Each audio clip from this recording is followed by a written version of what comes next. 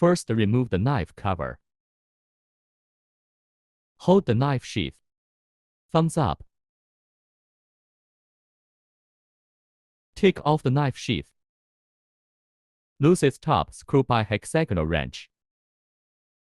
Insert the blade toward the screw direction. Tighten the screw.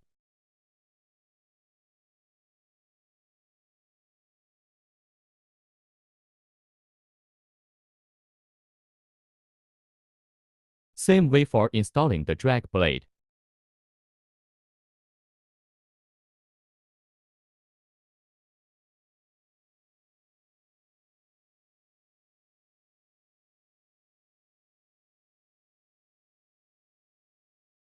Align the tool sleeve positioning pin with the tool positioning slot and insert it. Drag knife installation is same as oscillating knife.